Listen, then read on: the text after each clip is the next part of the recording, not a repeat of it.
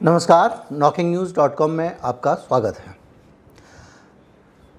आज हम एक बहुत गहरी चीज़ जो हमारे पश्चिमी एशिया का भविष्य तय करती दिख रही है उस पर बात करेंगे।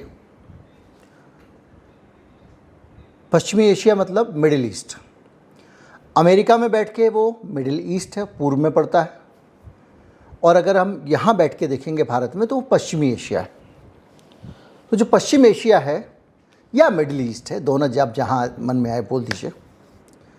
ज़्यादा मिडिल ईस्ट इस्तेमाल लोग इसलिए करते हैं क्योंकि वो ज़्यादातर खबरें जो है वो अंग्रेज़ी से ही ट्रांसलेट होती हैं हिंदुस्तान में, तो जो आता है बोल देते हैं। यहाँ पर अभी जो बड़ा घटनाक्रम हुआ है उस घटनाक्रम को बहुत सारे लोगों ने कोड करने की कोशिश की है, उसके निष्कर्ष निहितार्थ निकालने की कोशिश की है, उसके असेसमेंट की है। एक असेसमेंट मेरा भी है।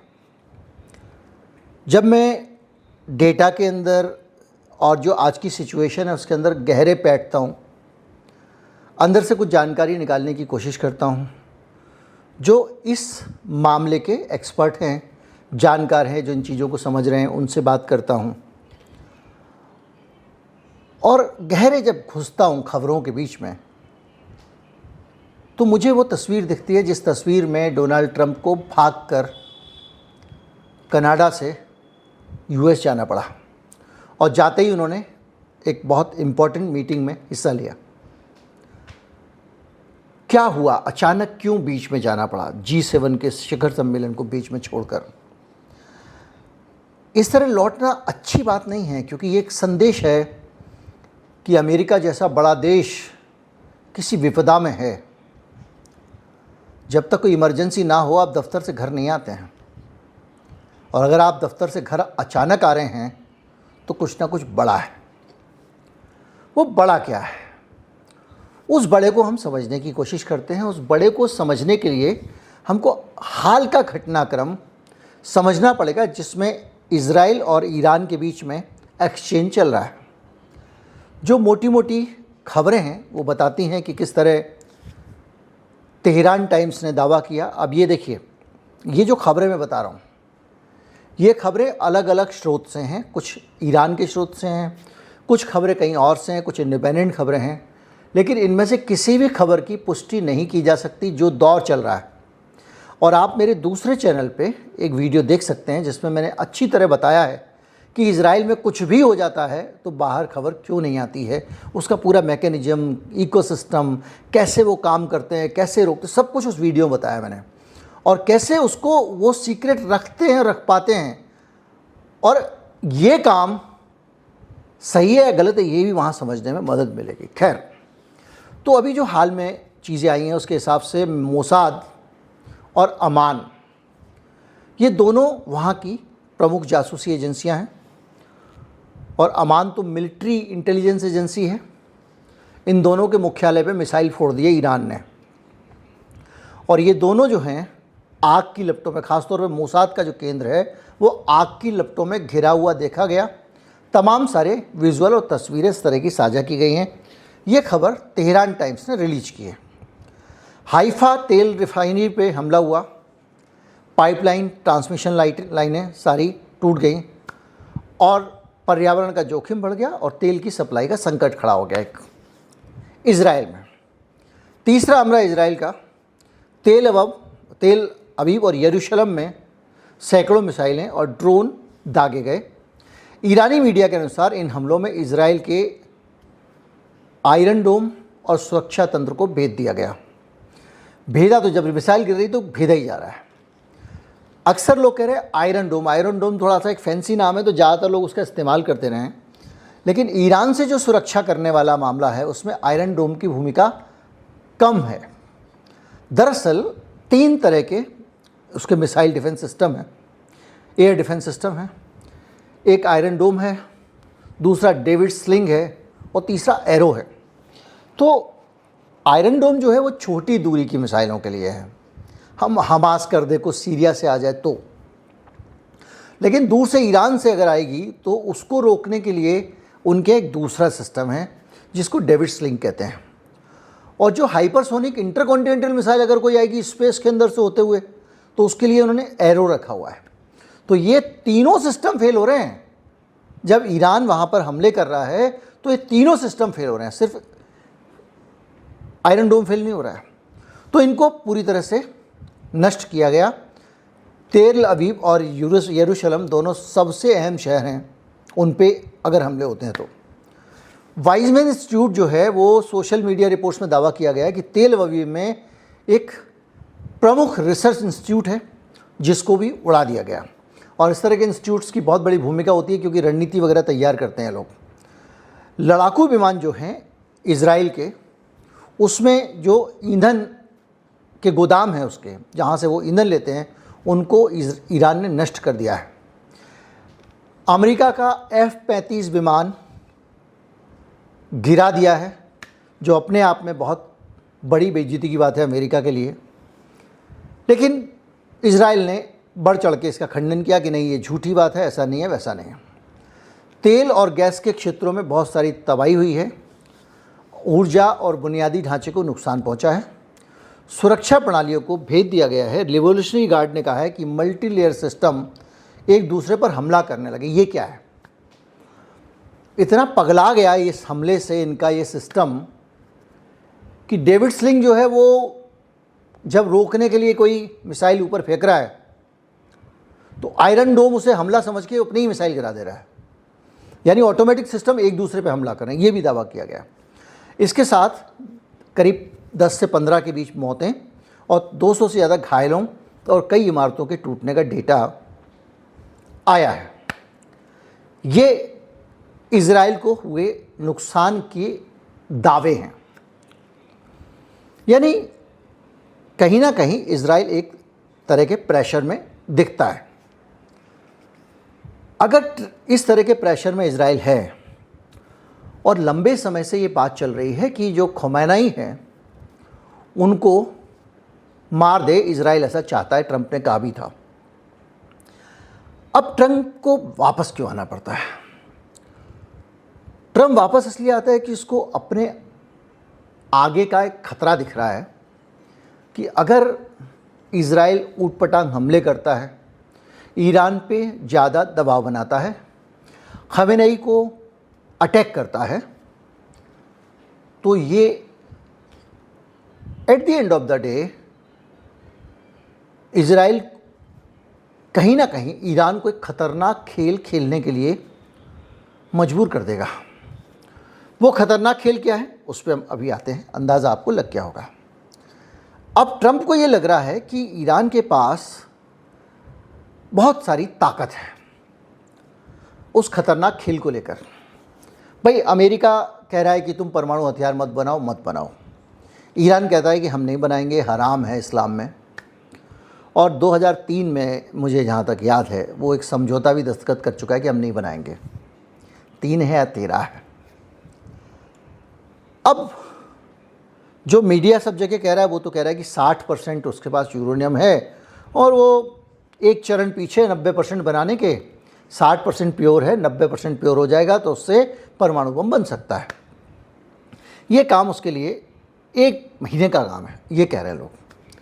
लेकिन भैया ये जो रिकॉर्ड है ना, ये आप सालों से बजाए जा रहे हो।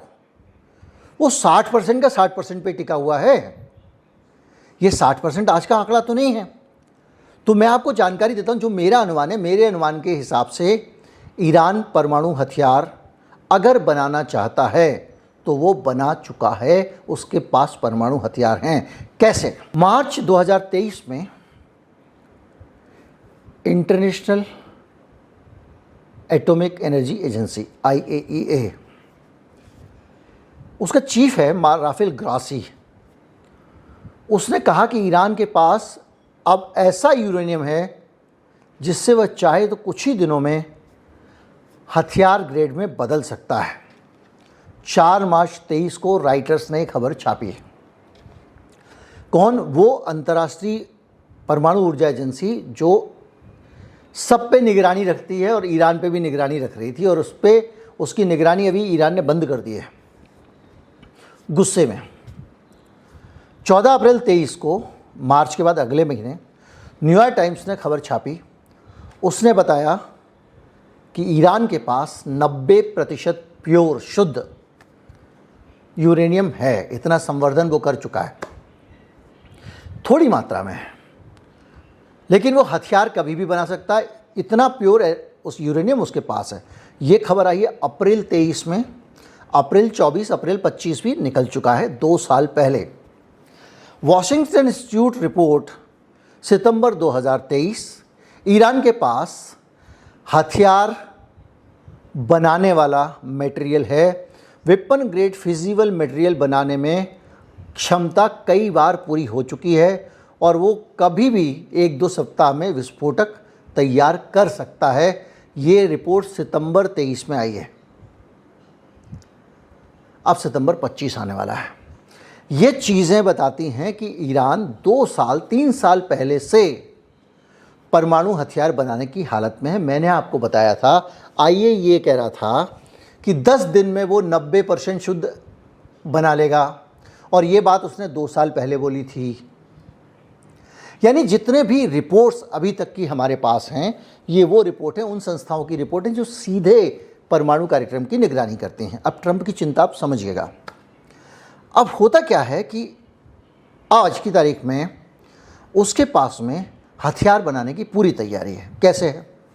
क्योंकि वो तय कर ले तो उसको 10 दिन भी नहीं लगेंगे और वो हथियार बना देगा। जिस बम को ट्रिगर सिस्टम में डालते हैं उसके लिए 1-2 महीने की तैयारी की ज़रूरत होती है, और वो पहले ही कर चुका है। और वो कई दशकों से हाई लेवल के जो विस्फोटक होते हैं उनकी रिवर्स इंजीनियरिंग पे काम कर रहा है। रिवर्स इंजीनियरिंग होती है कि मैंने आपको एक ला के दे दिया छोटा सा मोबाइल फ़ोन, आपने उसके हिस्से पुर्जे जोड़े और देखा कैसे कैसे बनाए और सीख के दूसरा बना दिया। अब बिना परीक्षण के क्या परमाणु हथियार बना सकता है? क्योंकि अभी बहुत सारे लोगों का कहना ये है कि ईरान ने परमाणु परीक्षण नहीं किया है, धमाका नहीं किया है, तो वो हथियार कैसे बना सकता है? अभी आप पीछे जाएं अगर, तो ईरान के पास में बहुत सारे भूकंप आए हैं, तरह तरह के भूकंप, तमाम सारे। और उसमें ये बताया गया कि भूकंप आया है तो अंदर परमाणु परीक्षण हुआ होगा, तो उसी से भूकंप आया। बहुत सारे चैनलों ने भौकाल मचाया।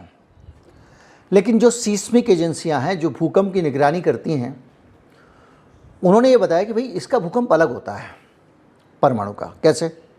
अगर आप परमाणु परीक्षण करेंगे तो भूकंप एक बार आता है, वो भूकंप के आफ्टर शॉक नहीं आते हैं। इसके अलावा वो बहुत गहरा नहीं होता है ज़मीन के अंदर, उसका एपिसेंटर ज़मीन से कम गहरा होता है। तो ऐसी 2-4 चीज़ें मिला के साफ पता है कि ये भूकंप प्राकृतिक भूकंप था, ईरान ने परमाणु परीक्षण नहीं किया। ठीक है साहब, लेकिन क्या परमाणु परीक्षण करना ज़रूरी है? परमाणु परीक्षण करना ज़रूरी नहीं है। अगर आपको हथियार बनाना है तो आप परमाणु परीक्षण किए बगैर भी बना सकते हो। कैसे? ऐसे कि परमाणु परीक्षण जो किया जाता है उसके 2 मकसद होते हैं।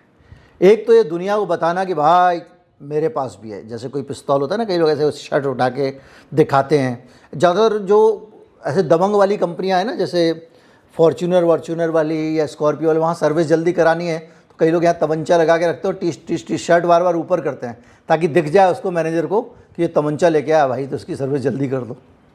तो आप ऐसे दिखा सकते हो मेरे पास बम है, मेरे पास बंदूक है, पिस्तौल है। उसी तरह से मेरे पास परमाणु बम है।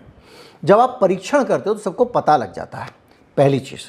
दूसरा, जब आपने परीक्षण कर लिया तो फिर दुनिया आपको दूसरे नज़रिए से देखने लगती है और आपको उम्मीद रहती है कि हो सकता है कि हमको बम बनाने की मान्यता मिल जाए। तो इन 2 मकसद से परीक्षण करना ज़रूरी है। जो पहला परमाणु बम जापान में गिरा था, हिरोशिमा में, उसने तो कोई परमाणु परीक्षण नहीं किया गया था उसके लिए पहले से। और अब जो टेक्नोलॉजी है उसमें सिमुलेशन है, कंप्यूटर के अंदर ही डाटा डाल के आप बम बना सकते हो और उसको चला सकते हो। चीन कई सारे परमाणु परीक्षण कंप्यूटर के अंदर कर चुका है।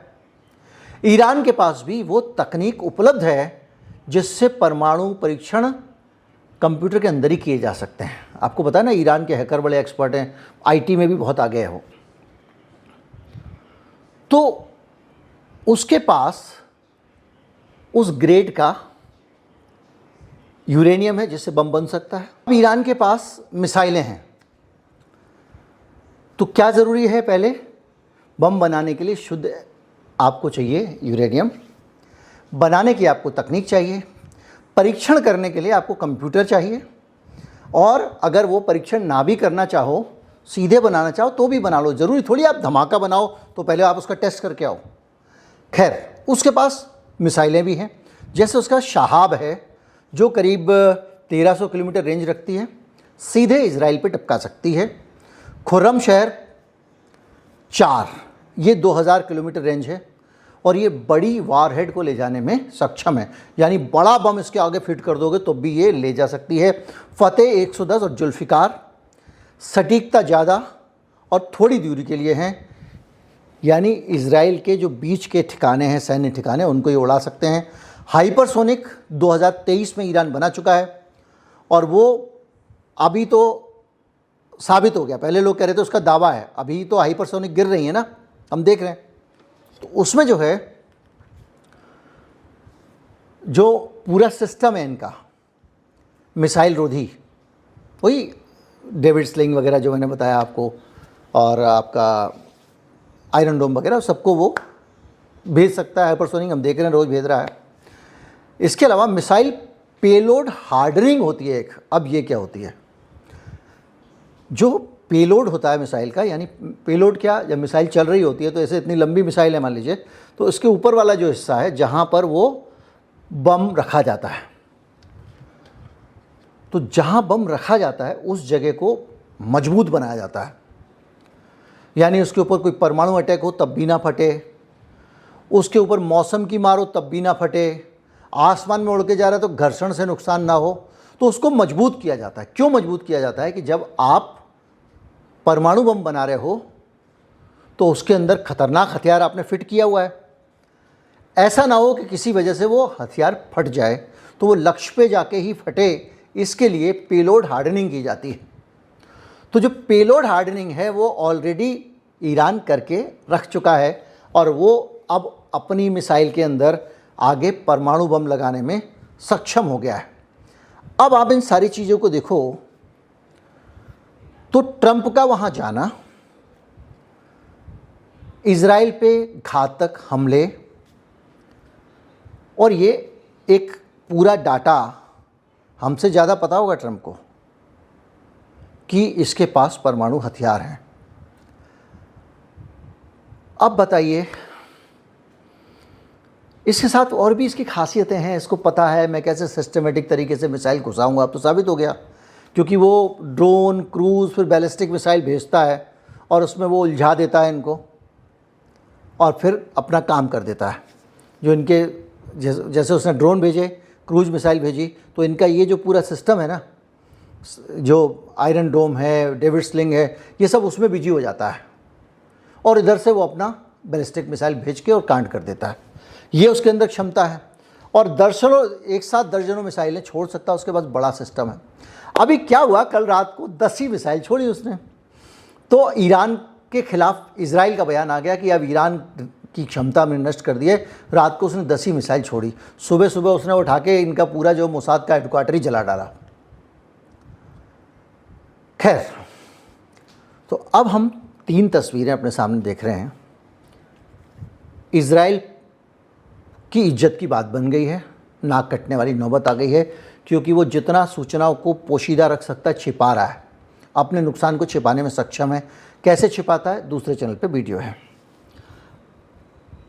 अब उसके पास इज्जत बचाने का एक ही तरीका है कि वो ईरान पे बड़ा हमला करे। ट्रंप की चिंता ये है, ट्रंप चूँकि पहले ही बहुत सारे अपने पोत भेज चुका है, जहाज़ भेज चुका है, वो चारों तरफ से इजराइल के आसपास हथियार लेके तैयार है। तो अपने युद्धपोत वगैरह लेके, जिसके ऊपर बहुत सारे हवाई जहाज़ रखे हुए ऐसे लेके ना उसने लगा दिए वहाँ पे, समुंदर में। अब अगर ज़्यादा हमला होता है इज़राइल पे, पहली चीज़ तो ट्रंप के लिए एक मजबूरी हो जाएगी, वो इज़राइल के बचाव में ईरान की कुछ मिसाइलों को रोके। अगर ट्रंप अपने जहाज़ों पे लगे हुए एयर डिफेंस सिस्टम से ईरान की किसी भी मिसाइल को गिराता है, उसी पल अमेरिका का इस युद्ध में शामिल होना माना जाएगा। और ईरान अगर अमेरिका पे एक भी मिसाइल गिराता है तो अनुच्छेद 5 नेटो का लागू हो जाएगा, जो ये कहता है कि नेटो के अन्य सदस्यों के ऊपर भी इसे युद्ध माना जाएगा। यानी जर्मनी, फ्रांस से लेकर जितने भी नेटो के सदस्य देश हैं वो सारे के सारे ईरान के खिलाफ युद्ध लड़ने पर मजबूर हो जाएंगे। ये स्थिति देखने में ऐसा लगता है कि ईरान को चुटकियों में डोनाल्ड ट्रंप मसल सकता है, अमेरिका मसल सकता है, ऐसे दिख रहा है ना। लेकिन इसमें एक कैच है, जो ट्रंप की चिंता है वो कैच ये है कि इतना सारा प्रेशर अगर ईरान हैंडल नहीं कर पाया, परमाणु बम बनाने की क्षमता उसके पास है और उसने ये सोचा कि मरना तो है ही, मार के मरेंगे। 4 घंटे लगा के बम बना दे, क्या पता बम बना के उसने मिसाइल के ऊपर लगा के तैयार रखे हों। चीन से उसने अभी 200 मिसाइलों का ऑर्डर दिया था जो उसके पास संभवतः पहुंच गई हैं, क्योंकि एक विमान वहां पर उतरा था। लोगों के तरह तरह के अनुमान थे, लेकिन बाकी हथियार आए होंगे तो पता नहीं। एयर डिफेंस सिस्टम भी चीन का आ सकता है, अगर वो आया होगा तो वो भी बहुत मदद करेगा।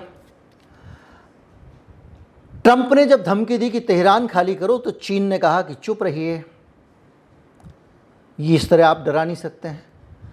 तो दिक्कत ये है कि कहीं ऐसा ना हो कि ज़्यादा दबाव बने ईरान के ऊपर और ईरान कोई ऐसा कदम उठा ले जिससे पूरी दुनिया तीसरे विश्व युद्ध की तरफ चली जाए अपने आप ही। ईरान अगर परमाणु हथियार का इस्तेमाल करके परमाणु बम अगर इजराइल पे गिरा देता है, बहुत बड़ा देश नहीं है, 5-6 बम में काम हो जाएगा। तो ऐसी सिचुएशन में तबाही मच जाएगी। अगर वो अमेरिका पे एक मिसाइल डाल देता है उसके पोत पे, तो भी विश्व युद्ध छिड़ जाएगा, क्योंकि सारे नाटो देश उतरेंगे तो मजबूरी में चीन को भी उतरना पड़ेगा, रूस को भी उतरना पड़ेगा, क्योंकि रूस को यूक्रेन से लड़ने में ईरान ने बहुत मदद की है। आज यूक्रेन की तबाही में बहुत बड़ी भूमिका उन ड्रोन्स की है जो ईरानी ड्रोन हैं, जो उसने दबा-दब पुतिन को दिए हैं। तो सिचुएशन बहुत उलझी हुई है, इसलिए किसी भी हालत में इस तनाव को डिफ्यूज़ करना डोनाल्ड ट्रंप को लगता है कि उसकी जिम्मेदारी है, वरना वो बड़ा नुकसान हो जाएगा। अमेरिका का भी नुकसान हो सकता है, अमेरिका भी बीच में फंस सकता है। तो ये जो सिचुएशन है, इसके अंदर बहुत कुछ स्टेक पे लगा हुआ है। इजराइल को पहली बार मुंह की खानी पड़ रही है। पहली बार इजराइल के लोगों को डर के मारे बंकर में घुसना पड़ रहा है। पहली बार वहाँ से पलायन की खबरें अपुष्टि हैं, क्योंकि वहाँ से पुष्ट खबर कोई नहीं आती है, क्योंकि पुष्टि तो छोड़िए, हो ही नहीं सकता कुछ। दूसरे चैनल पे वीडियो है। तो वो सब देख रहा है इजराइल का नागरिक, जो उसने कभी नहीं देखा। एक प्रेशर है नेतन्याहू के ऊपर, और नेतन्याहू अगर किसी तरह से खमानेई पे या कहीं पे हमला करता, उसके जवाब में अगर वहाँ से कोई अति घातक मिसाइल आ जाती है तो समस्या बहुत बड़ी हो जाएगी। इसलिए ट्रंप को बीच में G7 छोड़ के भागना पड़ सकता है, ये मेरा अनुमान है। उम्मीद करता हूँ वीडियो आपको अच्छा लगा होगा। अच्छा लगा हो तो ज़्यादा से ज़्यादा लोगों तक पहुँचाएं। चैनल को सब्सक्राइब नहीं किया है तो ज़रूर कर लें। नमस्कार, जय हिंद।